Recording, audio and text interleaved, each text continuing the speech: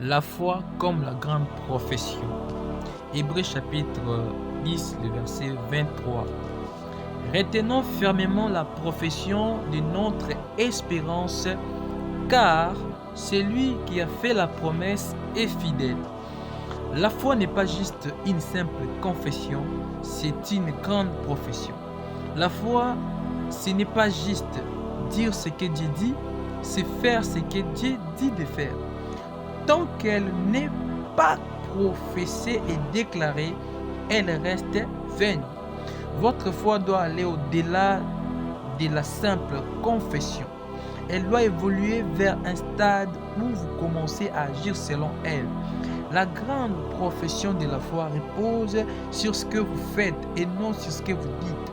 Votre foi se consolide par vos actions, bien-aimés. Et sans action, la foi est morte. La foi est la sagesse de Dieu en opération. La sagesse de Dieu revient à mettre sa parole à l'œuvre et faire ce qu'il dit dans sa parole. Voyez comment cela est graphiquement illustré dans l'évangile de Matthieu chapitre 7, le verset 24 à 27. C'est pourquoi quiconque attend ces paroles que je dis et les met en pratique sera semblable à un homme prudent qui a bâti sa maison sur le roc. La pluie est tombée, les torrents sont venus, le vent a soufflé et se sont jetés contre cette maison. Elle n'est point tombée parce qu'elle est sur les rocs. Mais quiconque attend ces paroles que j'ai dit et ne les met pas en pratique sera semblable à un homme insensé qui a bâti sa maison sur le sable. La pluie est tombée, les torrents sont venus, le vent a soufflé et ont bâti cette maison. Elle est tombée et sa ruine a été grande. Bien-aimés de Dieu, la sagesse, c'est accomplir la parole de Dieu. Et ce n'est que par la foi que vous y arrivez. Vous ne pouvez pas être motivé par la parole de Dieu sans la foi. Nous pouvons par conséquent définir la foi comme la sagesse de Dieu en action. Dans Proverbe chapitre 3, le verset 35, les sages hériteront la gloire, mais les insensés ont la honte en partage.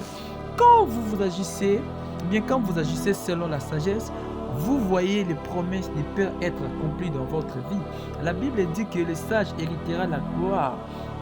Ainsi, quand vous faites ce que l'Éternel dit dans la foi, vous êtes assuré d'une fin glorieuse.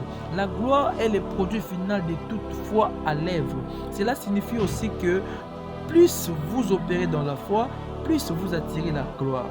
Ne réduisez donc pas la foi à une simple confession, car elle est avant tout une profession.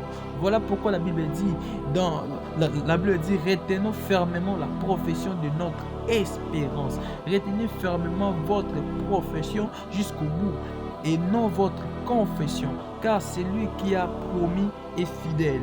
Comprenez bien et je vous en prie que la foi n'est qu'une affaire d'acceptation de vos responsabilités spirituelles afin d'arriver au résultat que vous désirez.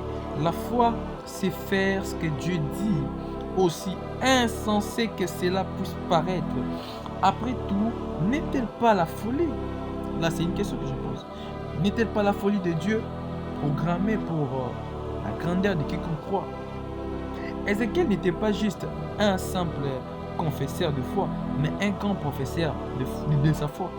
Voyons ensemble ce qui avait fait de lui un as.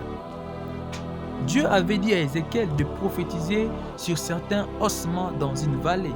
Ézéchiel n'était pas resté là à regarder impassible les ossements en se disant « Je sais que Dieu peut redonner la vie, Dieu peut redonner les vies à ses os. » Il avait professé sa foi en prophétisant sur les os. Voyons maintenant ce qui arriva. Dieu lui dit dans le livre d'Ézéchiel 37, verset 7, « Fils de l'homme, ces ossements peuvent-ils revivre ?»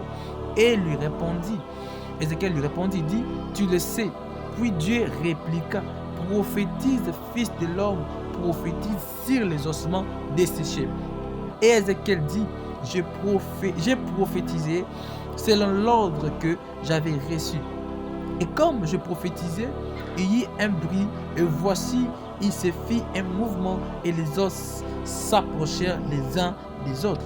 Ceci est donc, à mon sens, une démonstration graphique de la grande profession de foi dans la vision d'Ézéchiel.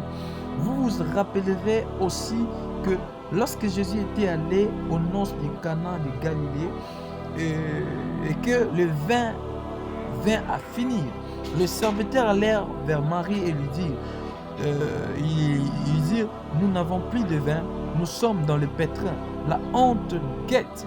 Marie avait alors prêché l'un des plus grands et les plus courts sermons du monde. Faites ce qu'il vous dira. Elle n'avait pas dit répétez ce qu'il vous dira, mais faites. Vous voyez, la foi n'est pas seulement dans ce que vous dites, mais aussi et surtout dans ce que vous faites. Est-ce que je parle à quelqu'un? L'action est l'encre de la foi. Faites tout ce qu'il vous dira. Ce que vous faites qui amène la foi à produire. La foi n'est pas une simple confession, mais une grande profession. Les gens présents aux noces de Cana n'avaient pas juste confessé en disant nous avons du vin, et ils avaient rempli les vases d'eau. Et le maître leur dit prenez une coupe et portez-la au maître des cérémonies. Et ce dernier s'exclama en disant pourquoi avez-vous gardé les meilleurs vins jusque-là? Je voudrais que vous compreniez que la foi n'est pas une confession ordinaire. Beaucoup se sont arrêtés au stade de la confession et c'est pourquoi ils sont victimes de la frustration.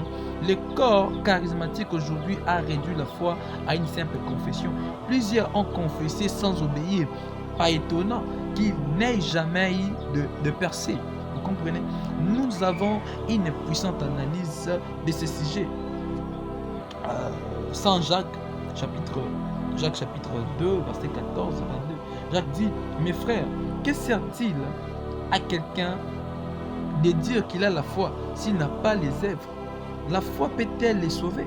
Si un frère ou une sœur sont nus et manquent de la nourriture chaque jour, il dit ceci, et que l'un d'entre vous leur dise, allez en paix, chauffez-vous et vous rassasiez, et que vous ne leur donniez pas ce qui est nécessaire au corps.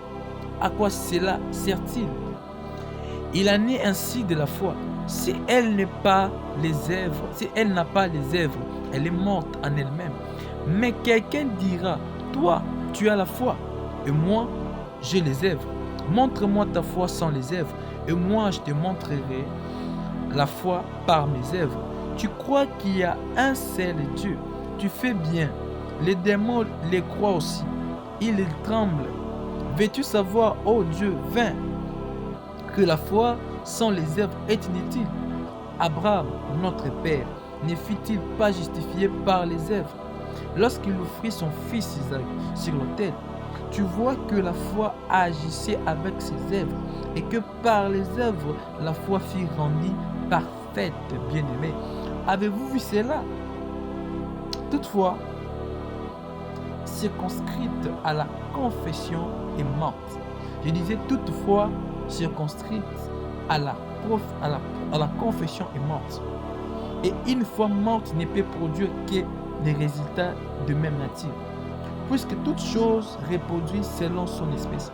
La foi est une grande profession.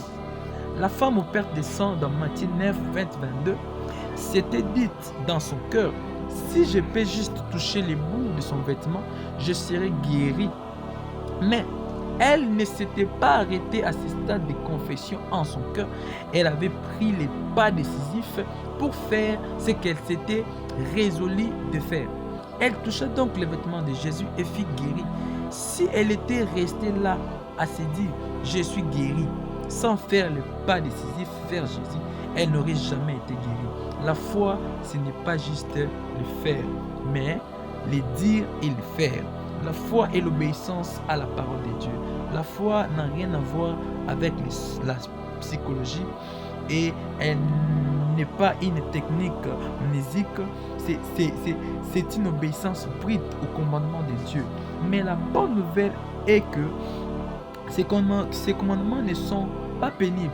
Ils ne sont pas destinés à vous punir, mais à vous polir pour une faille, vous faire brûler.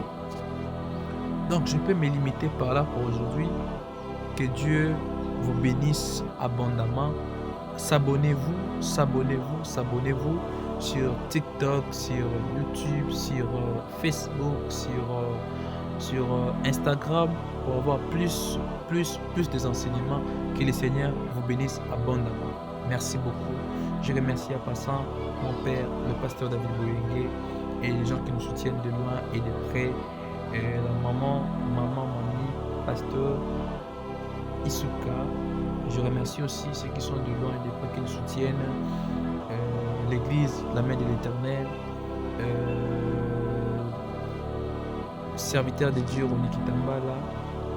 Pasteur Roger Botomba. Et prophète Bernard Mukawa. Prophète Daniel Timba. Je vous salue tous, que le Seigneur vous bénisse encore et encore, et de nous soutenir. Merci beaucoup. Abonnez-vous. Merci.